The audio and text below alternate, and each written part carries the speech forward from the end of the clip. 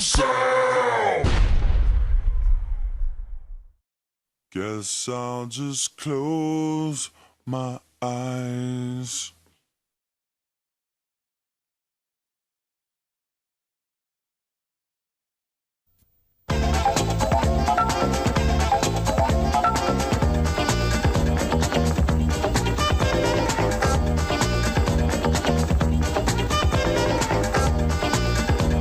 Gentlemen, welcome that you came to the Netherlands to inform the Dutch public about the UFO phenomenon. First of all, I would like to introduce you all. I would like to start with you, Jaime Mossan, from Mexico City. You are an expert on this phenomenon. And Mr. Stanton Friedman, you are a physicist, and from the scientific point of view, we hope to get lots and lots of information also from you. And Mr. Sitchin, thank you very much for being here with us as well. We have given the program a certain name, and the name is, which I took from this book by your colleague Alan Hynek. You know the book, yes. I suppose, On the Edge of Reality. He says at the end of the book, when we solve the UFO problem, we will make a big step, a gigantic leap in our evolution. So that's a big step in our evolution. That's the theme of our being here together. Maybe concerning the theme, I would like to ask you, Mr. Massan, what is your opinion on the statement I just made? I think this is I am a journalist, I am a TV journalist. I've been working as an investigative reporter for the last 30 years. And in 1991, when I got involved with this phenomenon, I thought I had the opportunity to present the biggest news ever in the history of mankind. And it's exactly what you are saying, that Mr. Hynek told us many years ago. We have here a phenomenon that is of great importance for human beings, because after we accept this, we are going to have to change. We are going to have to develop, because it would prove that it's possible to travel faster than the speed of light. And that's what it's all about. I don't care if these beings are good or evil. All I care is that with their presence here, they are proving that it's possible to go from one planet to the next. And it means also that we have a responsibility with the next generations. Right. Mr. Friedman, what's your opinion about the statement? Well, Alan was a very conservative, Alan Hynek was a very conservative astronomer. He kind of apologized for dealing with flying saucers. I'm a nuclear physicist who's worked on far-out propulsion systems. I don't think we need to go faster than the speed of light. Just use nuclear fusion or whatever. But I've reached 4 major conclusions about flying saucers after 42 years of study. First, that the evidence is overwhelming that planet Earth is being visited by intelligently controlled extraterrestrial spacecraft. In other words, some UFOs are alien spacecraft. Most are not. I don't care about them. Second, we're dealing with a kind of cosmic Watergate, meaning some few people within major governments have known since July 1947 at least, when they recovered 2 crashed flying saucers in New Mexico in the United States with bodies and wreckage, that indeed some UFOs are alien spacecraft. Third, none of the arguments made against the first 2 conclusions by a small group of UFO debunkers, if you will, including my University of Chicago classmate Carl Sagan, none of their arguments stand up. They sound great until you look at the evidence and they collapse of their own weight. And finally, fourth, we are indeed dealing with the most important story of the past millennium. Visits to planet Earth by alien spacecraft, successful cover-up of the best data, bodies and wreckage, for 53 years. That has all kinds of implications for the future of mankind, for our grandchildren, if you will. Learning that we're not alone in the universe, that we're not the big shots in the neighborhood. These are very, and that governments can keep secrets for that long. These are very significant conclusions. So, Mr. Sitchin, you are a historian. You have studied the Sumerian clay tablets, and you wrote some wonderful books, and also a few of those books have been translated into the Dutch language. 3 of them. 4. Here is the other one. And there's one more. And you have studied this whole subject from beginning of mankind. What's your opinion about a big step in our evolution? Well, to take off from where my 2 friends here made their points, the first thing that is important to realize is that the so-called UFO phenomenon, or the possible as others say, alien spacecraft or alien visits, is not a new phenomenon. It's not a phenomenon that began in modern times, even in the past century or in the millennium. This goes back almost 500,000 years. And indeed, in my talk on Sunday, I will include, now that the subject came up, I include depictions of UFOs from cave art from 25 and 30,000 years ago. But the ones who really left us a legacy of information, both pictorial and textual, in written text, are the Sumerians, the first known civilization that blossomed out in what is today Iraq about 6,000 years ago.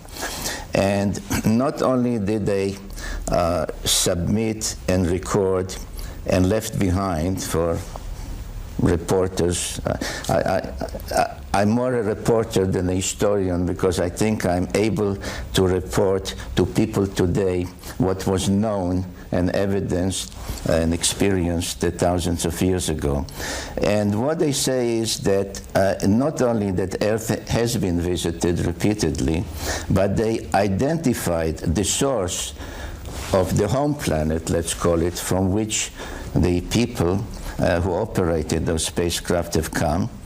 And second, they made it clear not only that we are not alone in the immense universe, which the most doubting person would say, okay, mathematically it's possible that with so many billions of suns and galaxies there could be a solar system and maybe life evolved, but that there is one more planet in our own solar system that comes to our vicinity roughly every 3,600 years, and it is during those times that intelligent beings, far more advanced than us, capable of traveling in space some 500,000 years ago, started to come and go between their planet and our planet. So it's not only that we are not alone in our own solar system, but that those who came here were directly involved in bringing us about through genetic engineering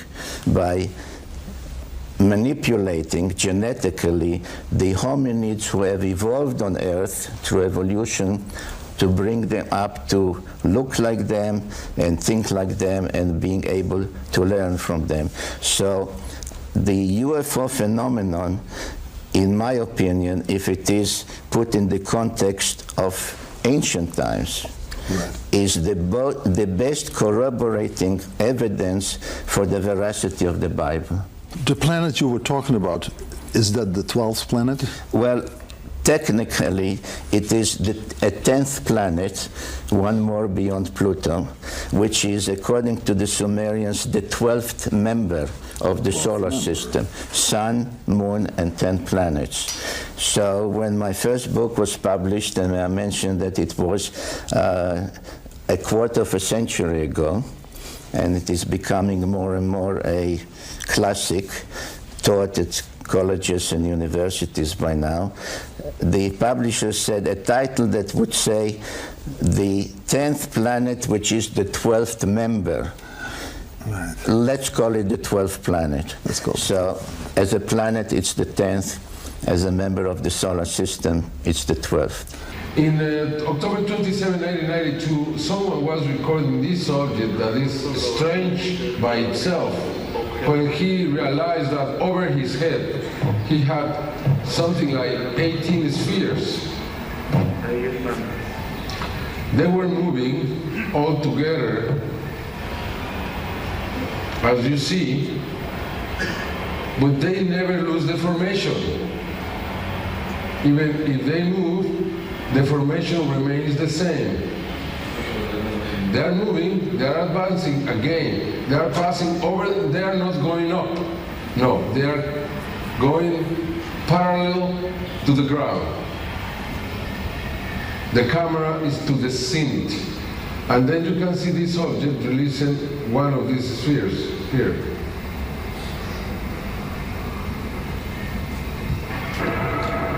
On October 24, 1994, we had more than 30 spheres, but now they are standing still.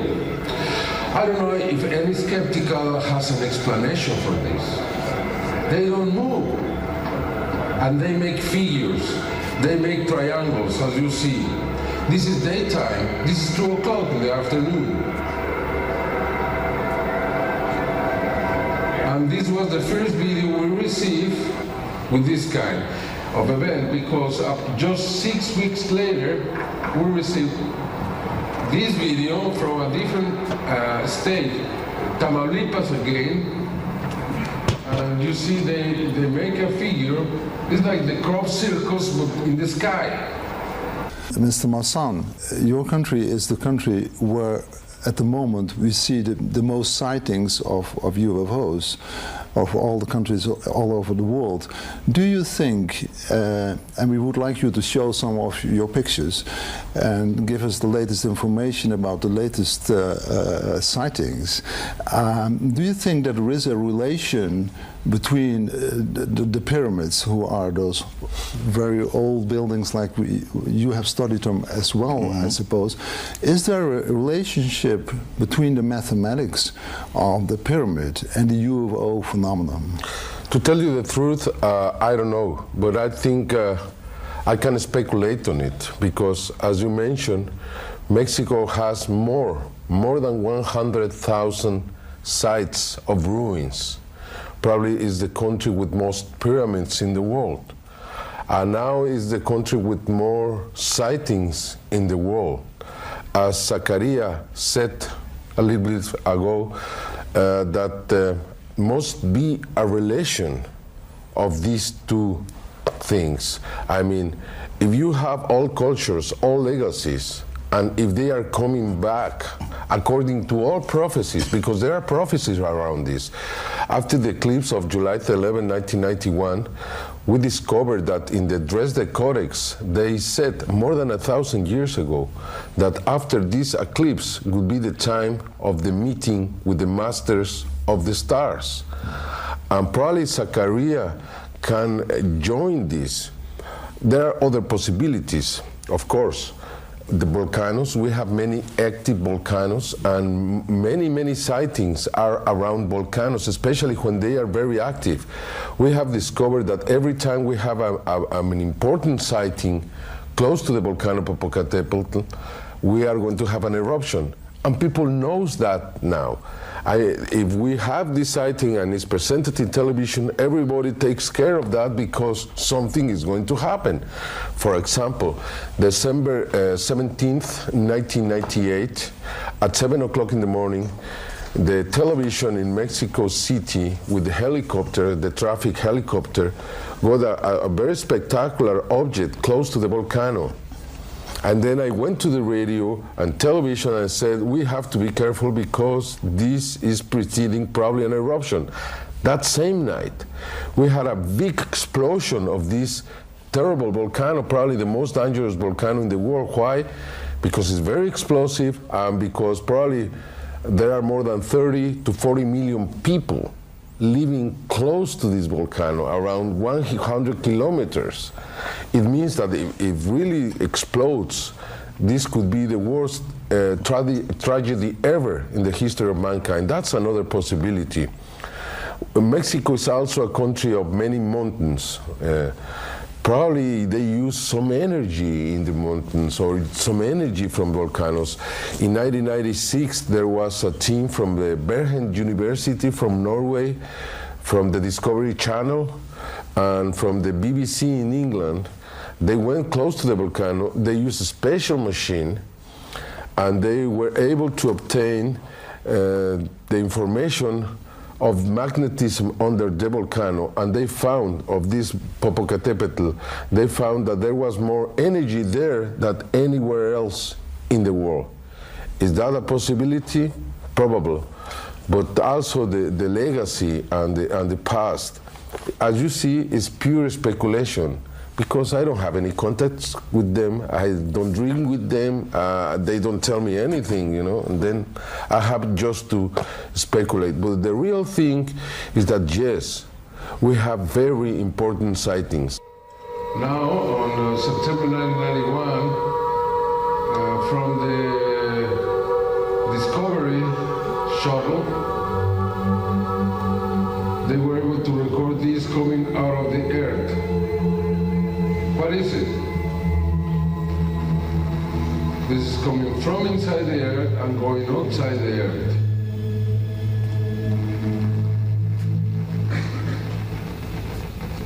And yes, the astronaut is interested in this object. What is it? It is like transparent, like plasma, or organic, and empty. You remember this one, recorded on the 27th of October 1992. What is this? And what is this making in Mexico City? The altitude is very high. This is probably 15,000 meters. You see, and you can see how some objects are coming out of it, like the little spheres. And this is like organic. What is that? This is from Salida, Colorado, 27th of August, 1995. Same kind of object.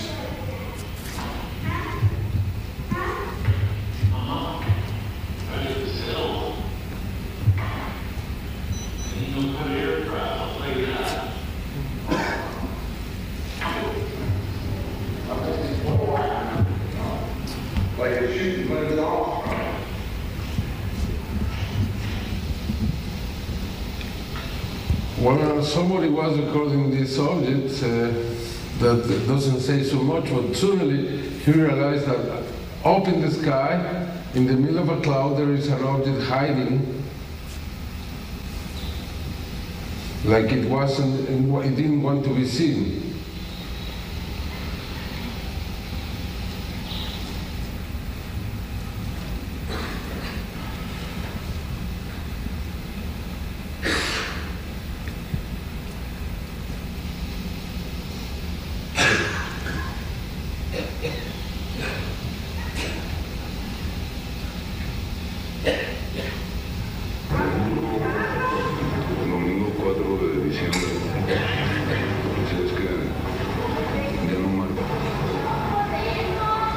You see how this object moves. Now it's like a sphere, and now it's going to be again a large object.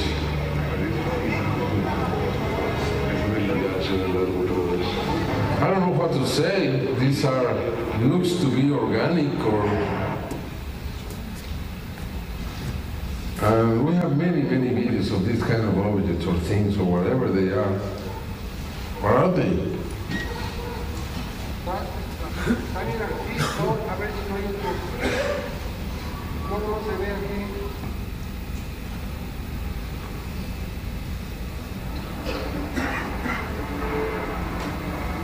More and more videos, probably good, probably bad, but many of them unexplainable. What is this? Hovering over Mexico City. In this object, you see these three kind of movements. One is left to right, the other is hovering, and the other is rotating. You see all the details from the video, everything tells me that it's right. Again, the first time I saw it, I thought this was a hoax. Because when something is so clear, it's nothing in the middle. Either this is a hoax, or this is the thing. If this video is real, then we have to accept this phenomenon is real. There is nothing in the middle. Then that's why this man didn't come out into the open, because we are not ready yet to accept something like this. Then what would happen to him? He would have been destroyed completely. Completely. Otherwise, we would have to accept the video. And if we are not going to do that, it's very dangerous now to do it. If you have something that is nothing in the middle, cannot be said, well, it's a balloon, well, something else. And it's so clear, you could be destroyed. And let me tell you the last event in Mexico City on February 14th, year 2000, that's a little bit more than a month ago. A UFO came into downtown Mexico, 2:20 in the morning, in the Friendship Day. We call it the Friendship UFO, you know. And this object came just 3 meters from the ground. It was surrounded by police. It was in the radio frequency. Some reporters that were in jail covering a very spectacular case in Mexico go to the place. 7 different reporters from radio, television, and 5 of the most important papers. And all of them saw this UFO there, clearly. And then they saw how this UFO went around Mexico City for 1 hour and then disappeared. Next morning, everyone in Mexico was wondering what had happened. Even the most skepticals. Some journalists that have, been joking around the phenomenon, now they were asking, what is happening in Mexico? It seems that Mr. Maussan was right from the beginning. Let me show you some of these very spectacular pictures that have been obtained very recently. As this set, this picture was obtained on August 28th, 1999, in the north area of Mexico, where very close to where this sighting of February 14 was.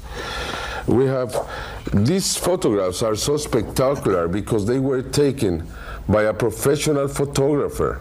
What happened, many times we have videos that are not very nice or pictures that are very far away, but what happened when a professional with a great camera, a great lens, 500 millimeters, 1000 millimeters, takes the pictures with the right film, this is the result. The result is spectacular. This UFO was 3,000 meters from the ground. It was just a little red dot. But with the right equipment, you have spectacular pictures. We were lucky because not many times we have this kind of photographers behind this kind of events. But now this is the result. And now many other photographers, professional photographers in Mexico City are getting involved with this phenomenon. But as you see, the pictures reveal that this is a solid object with some kind of plasma in the bottom. Here you can see the movement of this object. You can see how it's rotating. And for me, it's some of the most spectacular, unbelievable, because this is a very believable subject. And this is just an example of what is happening in my country. The way the phenomenon takes place right now, the UFO phenomenon in Mexico, that they seem to make us known, we are here, and don't be afraid. Is that true, what I said? Mexico, let me tell you, on January 1st, 1993, there were hundreds of spheres around Mexico City. People came into the streets, stopped the highways. Remember, Mexico City is like Los Angeles, big highways, a lot of traffic in the streets. Everything is stopped for 2 hours in the city to watch UFOs. And people were celebrating, they were coming, they were calling them, come, we are ready for this so-called contact or whatever. I mean, this is real, it's true, it was in the news, all the news. And probably it's another reason why they are so close to us.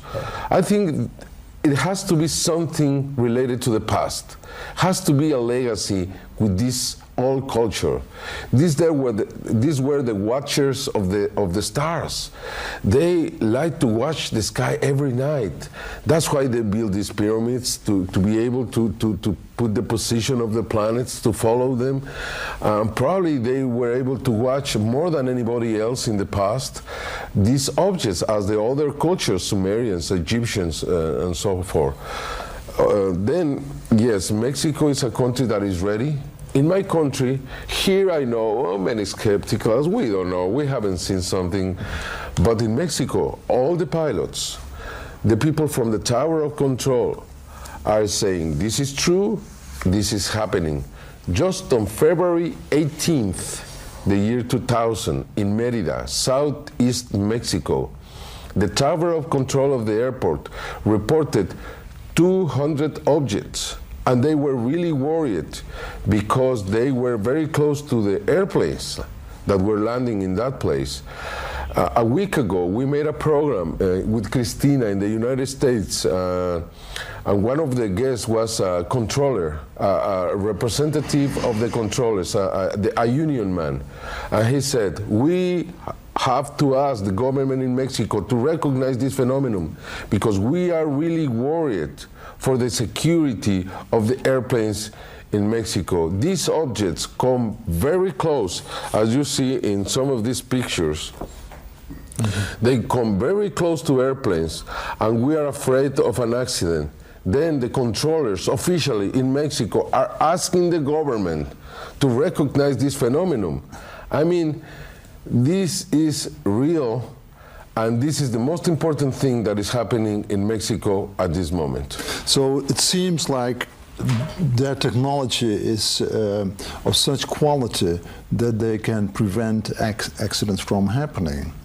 Accidents are true? Accidents. Yeah, no. I think the pilot does something wrong, you say. Or when a pilot does something wrong. So now that they are kind and friendly to us, let me put it that way, is that they express that by, for instance, giving us education and information about a volcano may be erupting. And so I think that's a very good sign. I heard some information long time ago, maybe 40 years ago, that in Egypt it was forbidden that airplanes would fly above the pyramids because it happened that sometimes the engines stalled.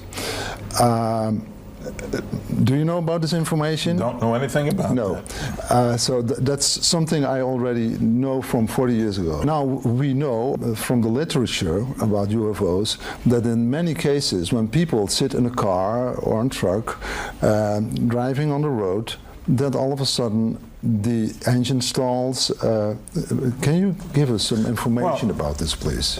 One of the many effects of flying saucers, if you will. I prefer flying saucers because all flying saucers are UFOs. Very few UFOs are flying saucers, and I'm only interested in the ones that are. One of the many physical effects are automobile stoppages. There are two different reports. One has 400 cases, one has 300 cases on record of car engines and lights and radios and stuff in automobiles going out. A famous case in Texas, Level in Texas, where half a dozen motorists reported to the sheriff that their car engine went off and they saw this bright egg-shaped object on the road ahead of them. Half a dozen different people calling the sheriff's department. These were people who didn't know each other. So it happened there. Dr. James E. McDonald, who's was one of the world's top UFO investigators, has interviewed over 500 witnesses. That's a lot of investigation. He checked those cases out. His congressional testimony alone was 71 pages long. He covers 41 sightings. Jim was top-notch.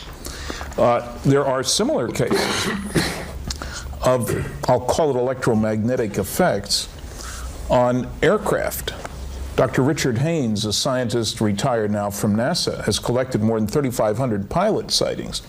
And in at least 200 of these cases, there are effects on systems of the airplane, the compass going wild, communication systems turning off, automatic guidance, a lot of different electromagnetic systems on board an aircraft. And these are with experienced pilots, military and commercial.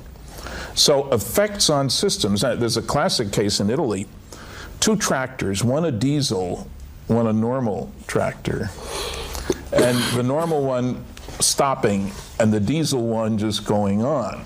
And I like to think of the conversation on board the flying saucer that was near these 2 vehicles. Back to the drawing board. Don't they know that this system doesn't work for some of these systems? In other words, it's interesting. There's a philosophical question here, you see. Our approach, typically an American approach, and I'm an American and a Canadian, so I can be troublesome to both, is shoot first, ask questions later. The aliens very often seem to cause things to stop, including people. In a number of abduction cases, people are controlled, if you will, without being hurt. They're stopped. They can't move. They can breathe. They're still breathing, but that's kind of a nice way of preventing somebody from doing something you don't want to do, rather than shooting them, which is the American way. So physical effects, a classic case was in Iran, as a matter of fact, where the head of the Air Defense Command there was called by a number of people, called the airport. They had seen this bright light moving off in the sky. He goes outside and looks, and he sees it. He scrambles 2 aircraft to go after this thing. They go after it one after the other. Systems go out on the plane, including their weapons control system, which is very devastating to a pilot. You're now weaponless. And other systems go off, they break off the chase, the systems come back on. Now, a very detailed report of this event was made to the Central Intelligence Agency with a distribution list this long in the United States. And this sighting lasted for a good bit of time. Now, there's testimony there from the head of this Iranian Air Defense Command, the general who saw this thing himself. This is not testimony you can throw out. And it certainly was of concern. They were American airplanes being flown by Iranian pilots. Certainly of concern to them if the aircraft systems don't work when you're chasing an intruder. So because if the aliens can do this, maybe somebody else can do this that you don't want to have do it. So effects on aircraft and on vehicles on the ground, tractors, automobiles, whatever, are of considerable importance and should be, understandably. You can understand why this was classified at first. That case was very hard. Somebody worked very hard and got copies of the case. So physical effects, and I need to add one compliment to Jaime. One of the reasons that we hear so much about the cases in Mexico is because he, as a professional journalist, made a real effort to get facts and data to let people know that he would treat them fairly and squarely, and his articles and his programs have encouraged people to speak out. I check all my audiences. I've given over 700 lectures. I'm giving one Sunday, of course, here. At all my lectures, I ask at the end of the lecture, how many people here believe they've seen what I would consider to be a flying saucer? The hands go up tentatively, they're worried. Typically, it's 10% of the people. Then I ask, how many of you reported what you saw? 90% of the hands go down.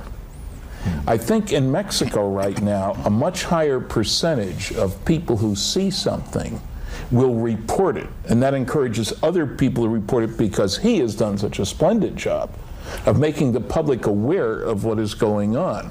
And that's where the difference comes. If in any country in Europe or in the United States or Canada, a major newsman would treat the subject fairly and honestly and openly and give people an opportunity to report what they have seen, we'd see a huge influx of sightings. Now, I don't know what the press would do with those, but I'm sure it would happen. You asked the effects about plane stopping, right, car stopping. What about the Earth stopping?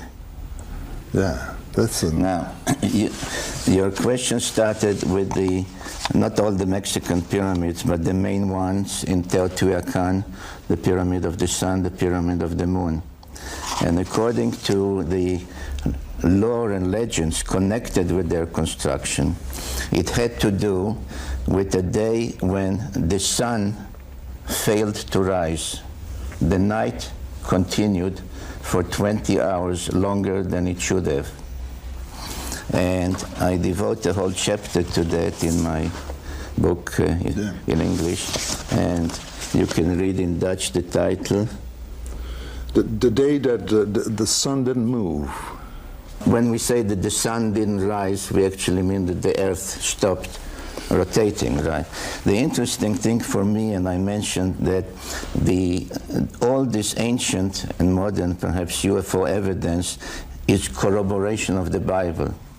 Now, we have in the Bible the tale that when the Israelites began the conquest of Canaan, the land of Israel, and there was a time when one of the battles was very difficult, and the sun did not set a whole day to enable the Israelites to vanquish the enemy. No one was able until now, not even me, to explain what happened. How come the sun failed to set for 20 hours to enable the battle to continue until it was won? And when I came to investigating the Americas and Mexico and South America, and came across this tale connected with the construction of the two pyramids in Teotihuacan, it dawned on me that they are talking about the same phenomenon, that when the sun did not set on one side of the world, it did not rise on the other side of the world for the same 20 hours. Yeah. The question then was, did this happen at the same time? Because we know the time of Joshua, the conquest was around 1400 BC. And it turns out that in South America, in the Andes, the same story is found in the local native lore of a day when the sun did not rise until the gods got together and found a solution. So, and that is also dated to about the same time. So your question about the pyramids and the stoppage of movement goes beyond stopping of a car or a plane, perhaps. It goes to a day when the earth stopped rotating, and it has to do on one hand with the conquest of Canaan, and with the other with that place that you asked about in Mexico called Teotihuacan, which literally means the city or place of the gods. In my mind came the appearance of Holy Mary in Portugal. And I don't know if you are familiar with the story, but then something happened with the sun. The people saw the sun falling down. Mr. Friedman, do you see a relation between those events Mr. Sitchin just described? Well, I see his connection between Egypt and Mexico, same time, day and night. That's very nice. I don't know what to make. I think you're talking about Fatima, right? The miracle of Fatima. I think that's a story we haven't heard all of. After all, the Vatican has not released the last predictions from that. I will put that in my gray basket. Not black, not white, maybe. I don't know, in other words. I'm not going to venture an opinion when I don't have enough information. No. Thank you. If we are interviewed again in a few weeks, maybe I'll have an answer, maybe, because I'm supposed to have meetings with Vatican people on the subject of extraterrestrials. Something very interesting is happening right now with the Vatican. We have Corrado Balducci, which is a very close man to the Pope. He was member of the Curia in the Vatican. He was a so-called exorcist for many years, official exorcist of the Vatican. And he has been given interviews to anyone who asks, to say that the Catholic Church should accept this phenomenon, because the Catholic Church has to accept the human testimony, because the religion is based on human testimony. Then they cannot say this is not true, and what we believe is true. It's just about the same. And they are changing drastically their position. I think we're going to have a big surprise from the church over the next decade. Can you tell us a little bit, or maybe do you have some scientific explanation about or what kind of technology they use to move? Well, I worked on advanced nuclear and space systems for 14 years as a nuclear physicist, classified programs. And the first thing you have to say about going to the stars is you have to select, so where are we going? I prefer to look just at our local neighborhood, within 54 light years of here, just down the street. There are 1,000 stars, of which 46 are similar to the sun. So I'm not interested in across our galaxy, which is 80,000 light years across. I'm not interested in the next big galaxy over, which is 1 million light years away. That's a different kind of problem. I'm interested in the local neighborhood. So the place I'm particularly interested in getting to, 2 stars, which Jaime can see and the rest of us can't, Zeta 1 and Zeta 2 reticuli, the constellation of Reticulum. 37 light years away, that's just down the street. Those 2 stars are less than a light year apart. They're both sun-like stars, and they're 1 billion years older than the sun. And recognition of their special characteristics came about because of a very famous UFO sighting where a star map was observed. So that's the first thing. I'm not talking about going to another galaxy or across our own. Secondly, we have to recognize that at 1 g acceleration, the force of gravity right here now, it takes just about a year to get close to the speed of light. Not 100 years, not 1,000 years, just about 1 year. Secondly, we have to note that we have already, in America anyway, operated nuclear propulsion systems. A nuclear rocket engine that would fit on this table if it were strong enough, that puts out a power of 4,400 megawatts, twice the power of the old Grand Coulee Dam. That's a lot of energy in a small space. That was operated in the late 1960s. That's nuclear fission, what goes on nuclear submarines, nuclear power plants. In the early 1960s, I worked on nuclear fusion propulsion system. That's the most important source of energy in all our lives, because the sun up there is a mass of fusioning particles, if you will. It's not a mass of burning gas. It's nuclear fusion is producing the energy. If we use the right things in the right way and kick particles out the back end of a fusion rocket that have 10 million times as much energy per particle as you can get in a chemical rocket. 10 million. Now, this doesn't mean I think aliens use fission or fusion, but only that we know how to do it if you want to spend the money. I'm not saying we should. I think we have other problems to take care of first. The key thing here is Friedman's law, named by me for me, immodestly, and that is that technological progress comes from doing things differently in an unpredictable way. The future is not an extension of the past. You have to change how you do things. Lasers aren't better light bulbs, different physics. Micro-integrated circuits in our computers are not small vacuum tubes. They work by different physics. The nuclear rocket engines are not just better chemical engines. The reason I bring this up, I mentioned Zeta 1 and Zeta 2 reticuli are 1 billion years older than the sun. So if somebody out there, somewhere, got started a little bit before we did on his or her technological kick, they're going to know some things that we don't know. All you have to do is look back 100 years and look at what we know now that we didn't know then. So I expect that they work by techniques about which we know nothing, but I should bring in something else. Einstein showed that as you get close to the speed of light, 1 billion kilometers an hour roughly, time slows down for the things moving that fast. How much? Well, it depends on how fast you go. At 99.99% of the speed of light, and we make particles that go faster than that in accelerators, 99.99999. But at just 99.99% of the speed of light, you can go 37 light years in 6 months pilot time.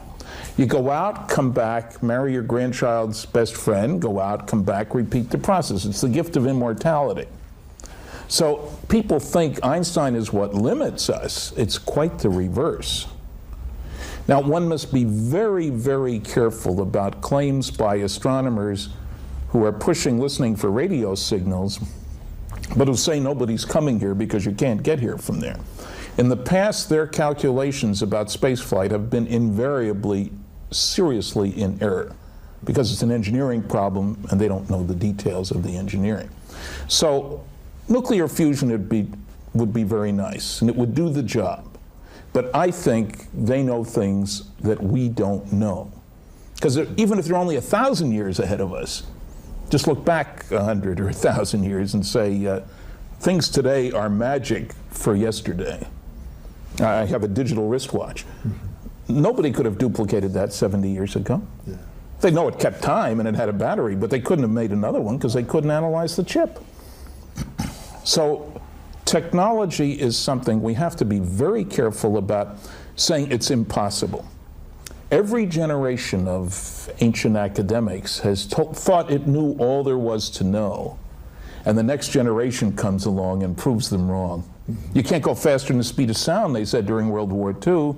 Well, not with a propeller-driven airplane, but we use jets. Yeah.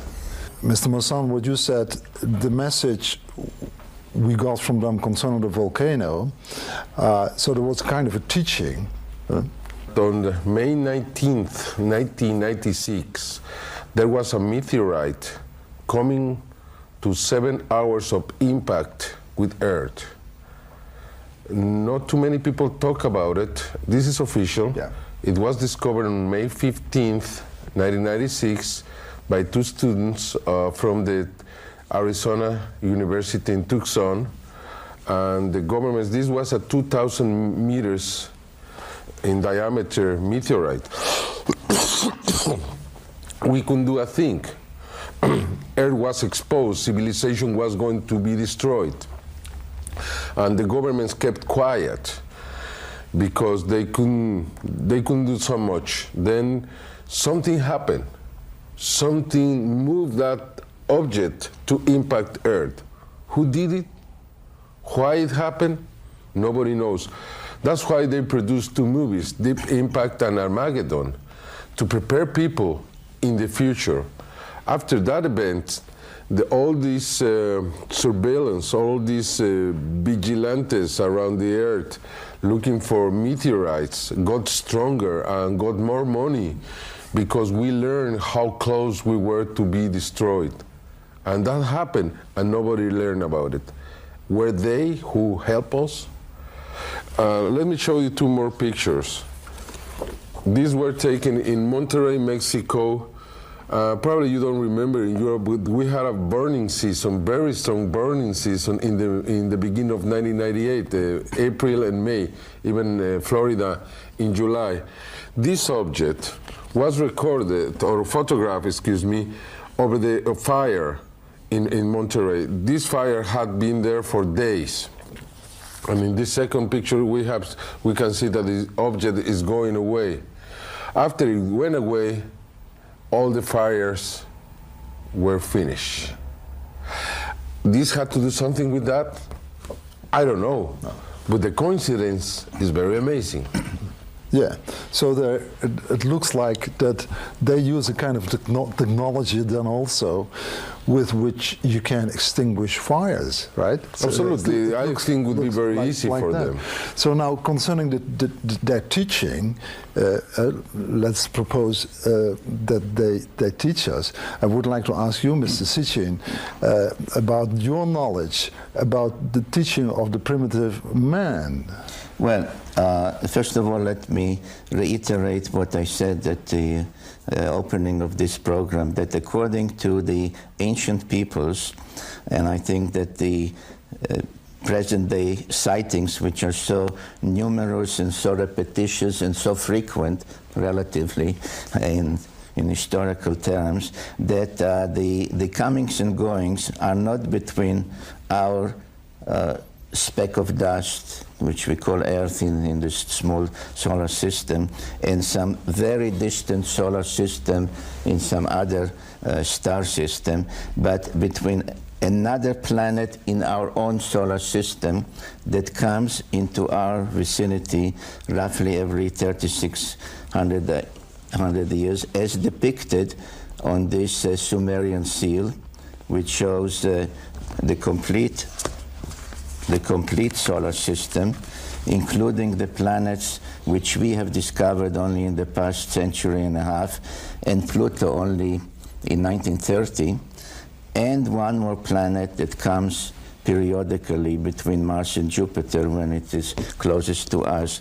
And if you examine the progress between the very long, almost 2 million years long situation that we call the Old Stone Age, the Paleolithic period, and then suddenly it moved to Mesolithic, to Neolithic, to Sumerian civilization, the pauses are always about 3,600 years. And in my very first book, The 12th Planet, I say it is as if an unseen hand came every 3,600 years, looked at us and said, okay, they are worthy of more knowledge, more civilization, let's give it to them. Now, whether this would happen if all these phenomena are a precursors of what's about to happen, and you know there are all these prophecies about whether the Maya prophecies or others about the return of the gods, and so on, whether the next time that this return will happen, whether or not it will be a benevolent time, is not so easy to answer, because one time when that return had taken place and they looked at us, they decided to wipe us off the face of the earth. That was the time of the deluge, the great flood. So the assumption that they're always such nice guys and they'll always give us more civilization and more knowledge may be true. It happened many times in the past, or may not be true, because once it did not work that way. It is interesting, Guido, that there are two versions about the reasons for the decision to wipe mankind off the face of the earth during the flood. In the Bible, it says that the God or the gods saw that man is evil. It did not turn out the way they intended it to turn out. So evil was one reason. In the Sumerian text, the reason it's given is overpopulation. There were too many overwhelming the earth. Now, unfortunately, we have experienced great evils in our time, certainly during the 20th century, and there's no doubt that overpopulation is also a worrisome phenomenon from many respects. So, as one who has studied the ancient records, if you ask me, will it be again a benevolent visit, I say, I shrug. I don't know. Let's hope so. Well, Thank you. there's something else that should be tossed out on the table here, and that is, for the first time in recent history, the beings on this planet, us, are really a threat to other civilizations in our local neighborhood. If there's one, I make one assumption about every advanced civilization able to travel between the stars, that is concerned about its own survival and security. That seems to be a natural tendency of all civilizations. At the end of World War II, any extraterrestrial policeman on the beat would recognize three things that would lead him to believe that soon, meaning less than 100 years, which is nothing on a cosmic time scale, this primitive society whose major activity is tribal warfare, which is not a bad description of our society, that soon we will be taking our brand of friendship, namely hostility, away from the planet. We're very good at killing, not very good at saving. The three obvious signs of this growth in technology supplanting anything that had been here in recent history. Nuclear weapons, powerful V-2 rockets, and powerful radar. 3 different areas of technology. You put them all together and you say within 100 years we'll be going out. I don't think it's any coincidence at all that the only place in the world in July 1947 where you could study all 3 of these technologies was southeastern New Mexico. First nuclear weapon was tested there, White Sands Missile Range, the Trinity site. That was in 1945. That's where the captured German V-2s were being fired. And that's where we had our best radar to track the rockets, which often didn't go where they were supposed to go. Now, I had an English astronomer say they could have gone to the Soviet Union. Sorry, they didn't test their first atomic bomb until August 1949, 2 years later.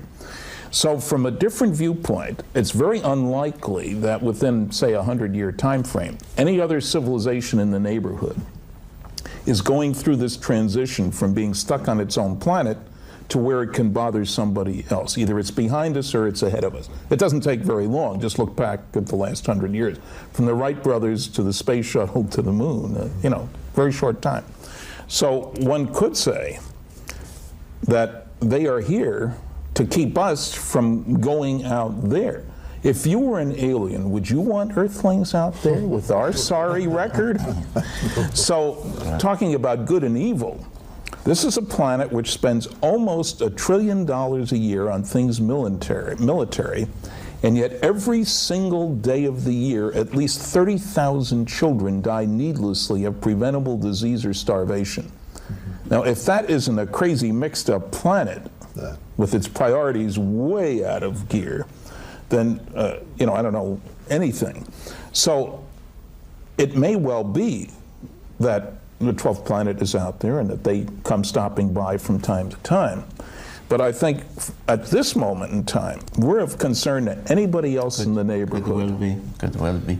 If I may, in this book, which just came out in Dutch, in English, Genesis Revisited, which is in English a 1990 book, I was the first one to draw attention and to provide photographs from what I call the Phobos Incident.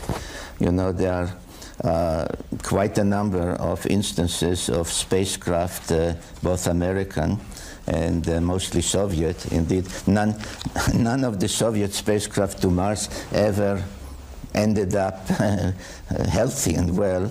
But in 1989, a Soviet spacecraft called Phobos 2, they sent 2 spacecraft, Phobos 1, Phobos 2 in 1988. That's a satellite around Mars, Phobos. Yeah. Right. And named it after the satellite. And the Phobos 1, they say, was lost because one of their technicians leaned on the console and pushed by mistake a button, and the spacecraft was lost, which is an unlikely story, but anyway. But Phobos 2 did make it to Mars, sent for a while photos of very enigmatic things from the surface of Mars, including what looks like the remains of a major city, shown both in visual cameras and infrared. Then it showed what the Soviets said at the time was the shadow of a very elliptical object. And they said on camera in a video made with me, they said, well, some may want to call it flying saucers, your favorite term. We don't say it, but some may want to call it. And then the spacecraft Phobos 2 was diverted to its main mission, which was to fly in tandem 50 meters above the moonlet of Mars called Phobos. That's why the name Phobos 2 of the spacecraft. And the purpose was to bombard Phobos, the moonlet, with laser beams in order to see what it is made of, because based on the ratio between the size and the weight, it seems to be hollow. And there is a very perfect circular entrance leading into the middle of the moonlet. And then what looks like a missile was shot out at the Soviet spacecraft, and it went into a spin and disappeared. Now, I have in this book the various photographs concerning with it, except the last one of the missile being shot, which at that time I could not obtain, but a Soviet person connected through her husband with the space program of the Soviets at the time brought out to the West that photograph, and it is available, and I'll show it in my talk on Sunday. So, in my conclusion, and I'll show the ancient evidences as well, an ancient space base on Mars has been reactivated. And if we just want to take shots or learn the climate on Mars or find out if it had water once, okay. But if you want to bombard me with laser beams, that I'm not going to allow. So there is apparently, if you put all these pieces together, the warnings, not the warnings, that something is cooking and somebody is watching what we are doing, and to a certain extent wants us to find out. But up to a point. You can learn this much, but at this moment, not more than that. That is how it looks to me. Out of 24 missions that have been sent to Mars, 14 have disappeared. The last two, Mars Polar Lander and Mars Climate Observer in 1999. Before that, Mars Observer in 1993, that was a $1 billion probe and just disappeared. Before that, Phobos 1 in 1988 and Phobos 2 in March 1989. We have to remember that Mars was a planet very similar to Earth. It had oceans, atmosphere, and most probable life, as we have discovered in this meteorite that was found in 1984 and presented in 1996 by President Clinton. There is a second meteorite that was found with microbes and bacteria fossilized, and this is the EETA 79001. And this one also presents life, but the antiquity, the age of this meteorite is just 600,000 years. The first one was 3,500 millions old. And if you have the connection between these two dates, you have to accept that there was evolution between the two. And probably even to intelligent life. We have some photographs with the so-called face of Sidonia that NASA now is so busy trying to discredit, and the pyramids on Mars. And at the same time, we have lost so many probes that probably we can connect all these and accept that there is an intelligence interference.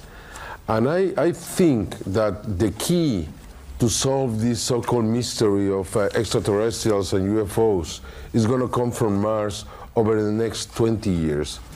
That is probably why, and this is pure speculation, why the intelligence service in France are now telling us that we should be prepared for a contact or something over the next 15 years. In connection with what we are talking about, I would like to ask you, Mr. Friedman, so you wrote two books, Crash at Corona and Top Secret Magic.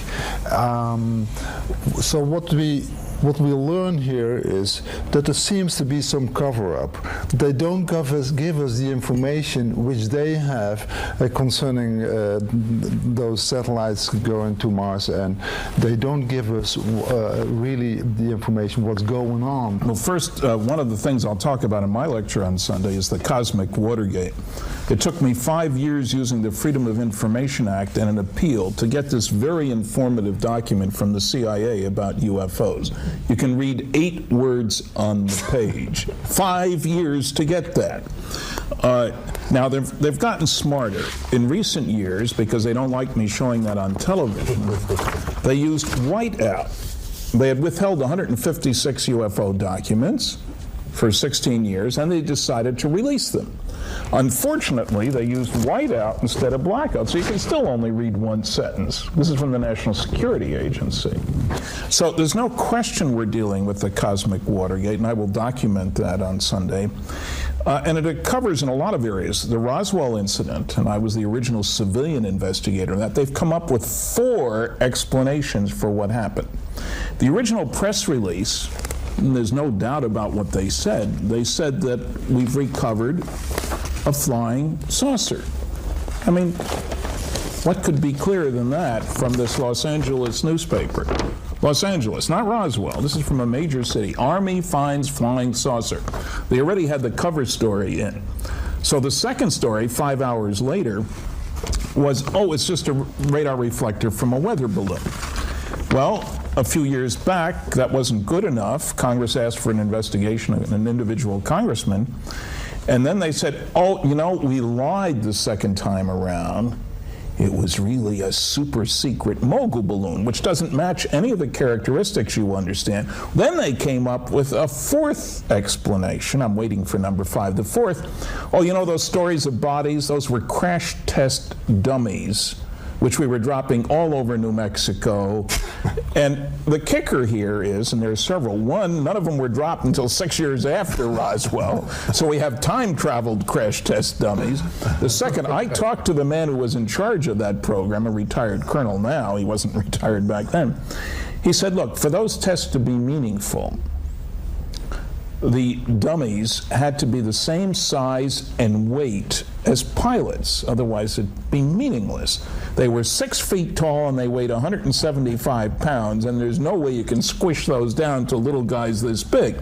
Furthermore, if you look at the map that the Air Force published on where they dropped the crash test dummies, there were no drops near either location where the saucers came down. It was almost as if we were trying to be careful, make sure you don't drop one where the saucers crashed. So there's no question that there's a cover-up. One might question why, whether we're trying to prevent the Soviets from learning what we learned from the technology of the saucers that were recovered, whether the politicians don't want to give up any power to a world government. After all, a person in power wants to stay in power. That's one of the rules of our society, I think. And presidents come and go, but intelligence agencies go on forever. So, just as an example, just one quick thing. The Director of Central Intelligence in the United States 4 years ago, after a lawsuit was brought, admitted that the total annual black budget, not under direct congressional control, for him was $26 billion US. That covers the CIA, the NSA, the NRO, and the DIA. $26 billion. So who knows what all they're covering up? You could spend your life reading all that stuff and you wouldn't finish it all. So for those who think people can't keep secrets, if you can keep secret what you're doing with $26 billion, you can keep a lot of secrets. Right. So now, concerning all the sightings in Mexico, nothing about all this you find in the American newspapers. No. And I think... The same with the Cometa report. This came out in France last summer. Outstanding group of political and military and scientists who spent 3 years looking at the UFO problem and concluded that we're probably dealing with extraterrestrials. Nothing in the American press about this.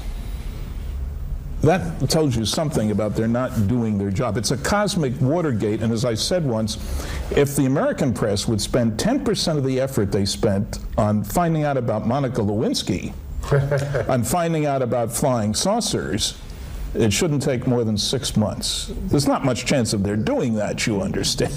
Yeah. It looks like they want to keep us stupid. Hasn't that always been? Who is they? The government, our governments, or the visitors? Yes, okay, yeah, that's another question to you right now, because now we come to the Anunnaki. Right. And I would like to ask you about who were the Anunnaki. And it seemed that in the far past of the history of humanity, they also tried to keep us stupid. Is that right? observation? Well, yes and no, which is a good answer. No, the Anunnaki, first of all, which is a Sumerian term, literally means those who from heaven to earth came. So people have to understand what it says. And besides the text, which anybody can read in any textbook on Sumerian writings, or go to a museum, the British Museum, the Louvre, wherever, and see the tablets. Besides the text describing why they came and what they did here, I want really to point out, Guido, since this is a television program, yes. So it's a visual thing, there are depictions, pictorial depictions of the Anunnaki, one on Earth, one on Mars, and what to me is definitely a spacecraft. I'll ask this opportunity, the expert Friedman, does this look like a spacecraft? Could well be. Could well be. Oh, yeah. Yeah, okay, he's more definite, and I'm even more definite, and I hope your viewers will form their own opinion. There's no doubt in my mind, and anyone who would read any of my 8 books, because they are filled with actual evidence, not with opinions, that Earth has been visited. Now, when they came here, originally, about 450,000 years ago, they came for their own selfish reasons in need of gold. Gold not for coins or medallions or for necklaces. You have something very interesting, by the way. But in order to protect the atmosphere on their own planet, without which they could not have survived. At a certain point, about 300,000 years ago, they decided that they need manpower, they need somebody to do the work for them, and created what the text called Lulu Amelu, a primitive worker, us, through genetic engineering. It was not until after the deluge, after the flood, that they decided that they need men as a partner on Earth, not just as a slave worker, but as a partner. And it is then that they started, as I mentioned before, to give us civilization every 3,600 years. Most of the knowledge that they conveyed to us was considered sacred, secret knowledge. It was not made public, that anybody could watch a program and find out everything. Only certain selected people, some of whom were taken to that planet, which the Sumerians called Nibiru, meaning planet of the crossing. Its symbol was the cross, by the way. They took them to teach them, to give them that secret knowledge. So knowledge, which we now call scientific knowledge, genetic knowledge, the use of metals, societal organization through priests and kings, etc., was very limited. And only at a certain time, was it begun to give this knowledge more publicly through the reading of some of the crucial texts as part of the New Year festivals once a year. So knowledge was considered a secret and a precious item of information. Incidentally, as far as the Anunnaki themselves were concerned, they kept all their knowledge on what the text called Me. In English we write it M-E. Nobody understands what it is, but it is said that, for example, the famous goddess Ishtar, who wanted to make her city a center of civilization, went to the Anunnaki, the god of knowledge, and connived to get out of him 100 of the Mes, which are formulas for this knowledge, for that scientific information, for how to build high-rise buildings, how to observe things astronomically. And she carried the whole 100 in one hand. now, and I fully agree with my colleague here, Friedman, that we understand the Sumerian text, even I understand it applies to me too, in terms of our present technical knowledge. For example, if there is a depiction from ancient times of two astronauts saluting a rocket ship, if that would have been shown to me 100 years ago, what does it depict? I would have said two bird-like people saluting a very large pencil. And if somebody said, no, it's not a pencil, it's a rocket, I would have said, what's a rocket? So our interpretation of the ancient knowledge is confined within the limits of our own technical knowledge. So now I would say these were computer chips. But maybe in 50 years or 10 years, the way it goes, now somebody say, computer chip, this is a micro something. So knowledge was given in tidbits, only to those found worthy of knowing it.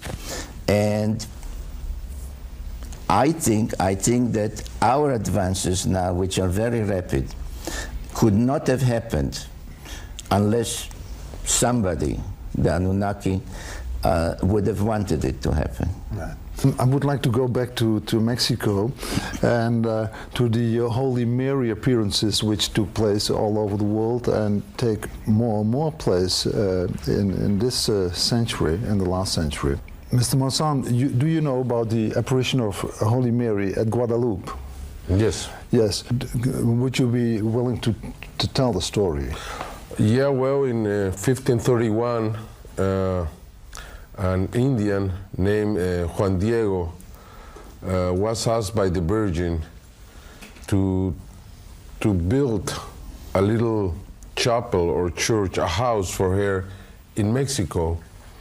And he told this to the Fray Juan de Zumárraga, the Archbishop at that moment in Mexico. He asked him for some proof. And then, according to the story, the Virgin told Juan Diego to take some roses to Fray Juan de Zumárraga. And that was all he asked, and the Virgin said, that is all you have to do. And then he took the roses in a nishle, in a little clothes, and when he presented the roses to Zumárraga, the roses fell, and then an image was formed in this piece of clothes. This clothes has survived for what, 469 years now, 68 years, that nobody has an explanation for that. We have found through analysis that there are little reflections in the eyes of the Virgin. That's something really amazing, because you can compare the pictures, the paintings we have from Zumárraga, and you can see what's the reflection in the eye of the Virgin, and it's absolutely the same. It's like an old photograph, a photograph that was created so many 400, 500 years ago. The thing is, why the Virgin appeared and what happened after appear. What happened is that all the Indians converted to Catholicism, and because of that, the Mexican people was safe. Otherwise, the Spaniards who had extinct the Mexicans so long ago. Then, I don't know if this is an act of God, or probably it's an act of from some intelligence. I'm not connecting this to the extraterrestrials because I'm just speculating. But it seems that somebody thought that it had to do something to stop this killing, and that's what really happening. I am amazed because I've been able to watch the eyes of the Virgin with big lenses, I mean incredible lenses. This is so close, and this is very difficult to get this permission. And I have found, and excuse me, but I have found that the eyes look like if they are alive. And I can tell you this after having my personal experience, otherwise I wouldn't believe it. I would say probably it's a painting. For so long I thought that was a painting, a fake story.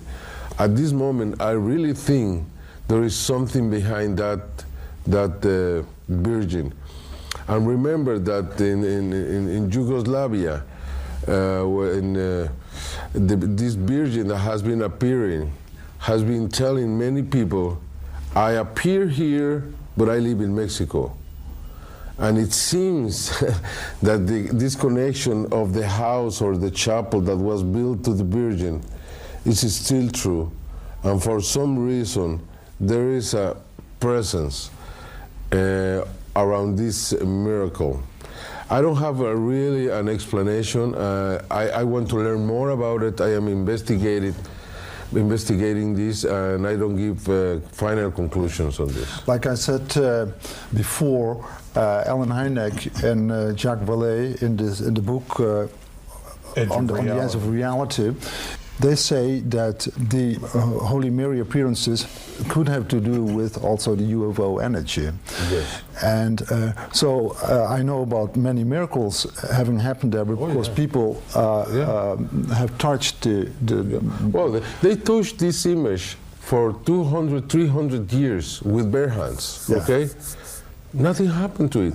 They have made experiments with this same kind of clothes, or I don't know how you call this in English. Ixtle is called in Mexico.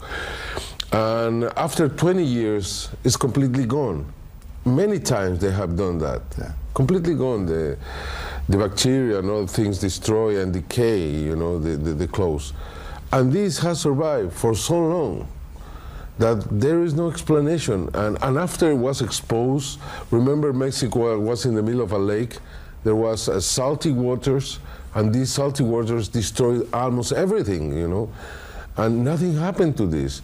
It didn't have a glass for almost 350 years, and it still is the same. You can still watch completely this image, and we have to accept there is something that we don't understand there yet. I would like to ask you a question, because I showed to you a medallion, which I have two of the same, a medallion of the appearance of Holy Mary in Paris at the Rue du Bac in the 19th century.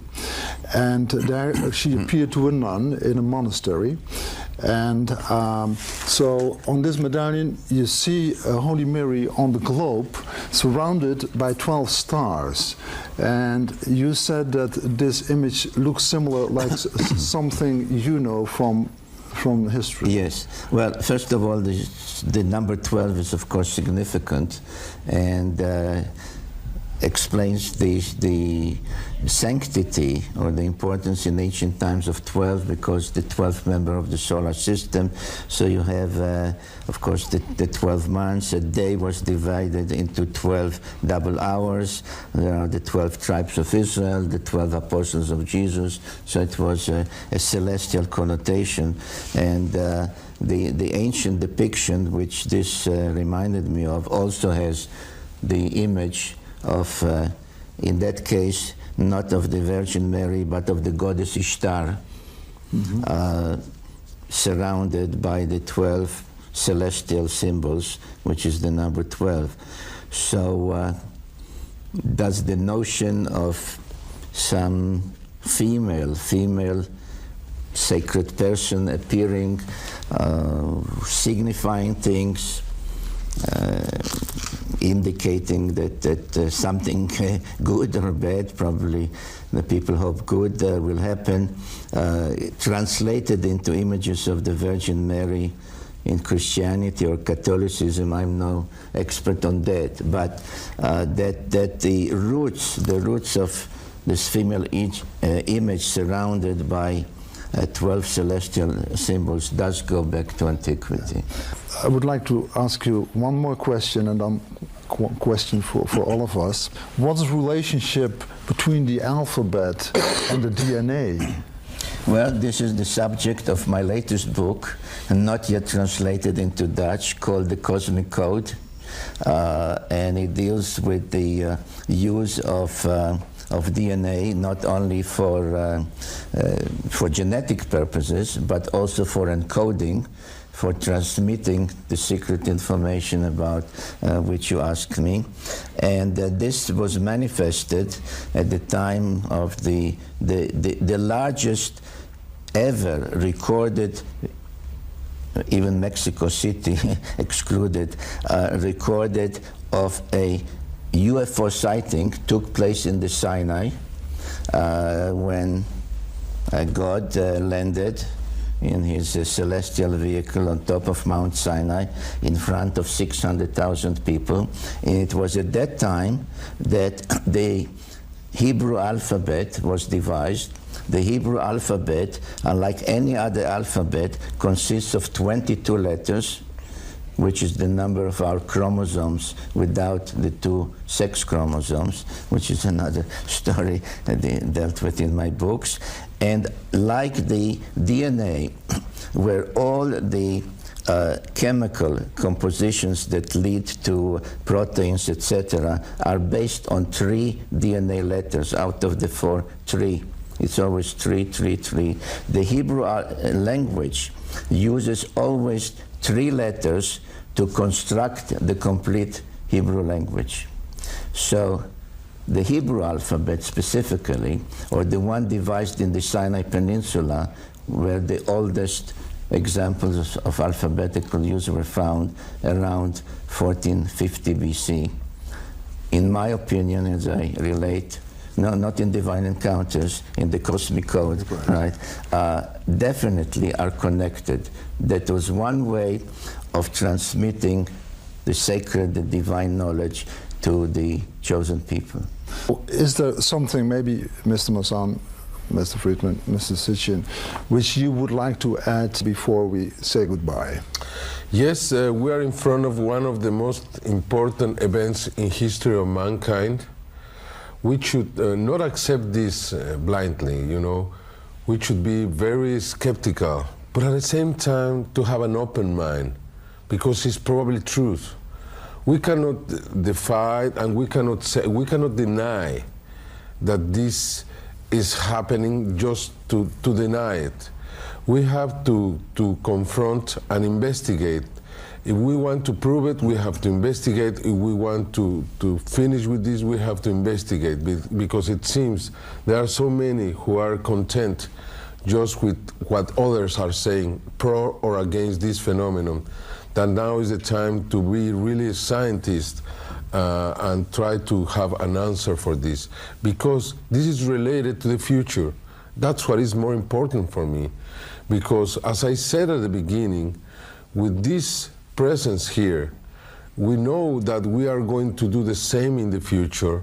Even though we are savages at this moment, probably we would be mature very soon, and we would be able to travel to other planets. Just imagine for a moment the future of mankind in that possibility, how long we could live, how many things we could do. I think we would have the chance to be closer to God, and that's what it means. I hope that the message here is that we have to do something for Earth at this moment, because Earth is in big danger. The ozone layer depletion, the climate change, the warming of the planet, the overpopulation, the extinction of animals and plants, all that is happening. And if it continues, we are going to stop this dream from the next generations.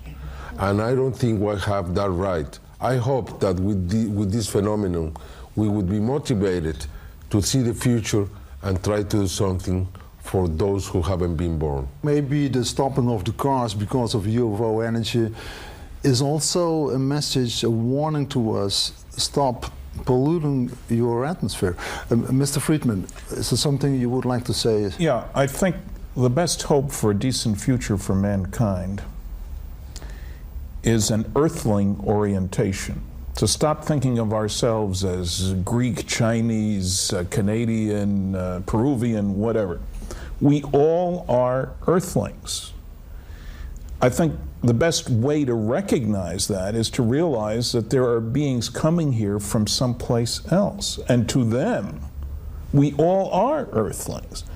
And I think perhaps if we play our cards right and create a planet that is indeed suitable for intelligent life, we haven't done a great job so far, I think that we can qualify for admission to the cosmic kindergarten. In a bad day, I'd say cosmic preschool. But I think where this fits into the picture is recognition that we've gone astray, as some people would put it. We need to use our technology for the benefit of mankind, not for killing other people. And that's the important lesson here, is this gives us a mirror. How do we look to them, a primitive society whose major activity is tribal warfare? Is that the kind of legacy we want to give our grandchildren? I don't think so. Thank you. Mr. Sitchin. Well, I'll be very brief. One conclusion is that the UFO phenomenon is not a new or modern phenomenon. Second, it is a part of the evidence for our being not alone in our own solar system. And three, that if we want to know our future, we should study the past. I hope that this communication of today will help to make the big step in our evolution. Thank you very much for being here. Thanks for having us.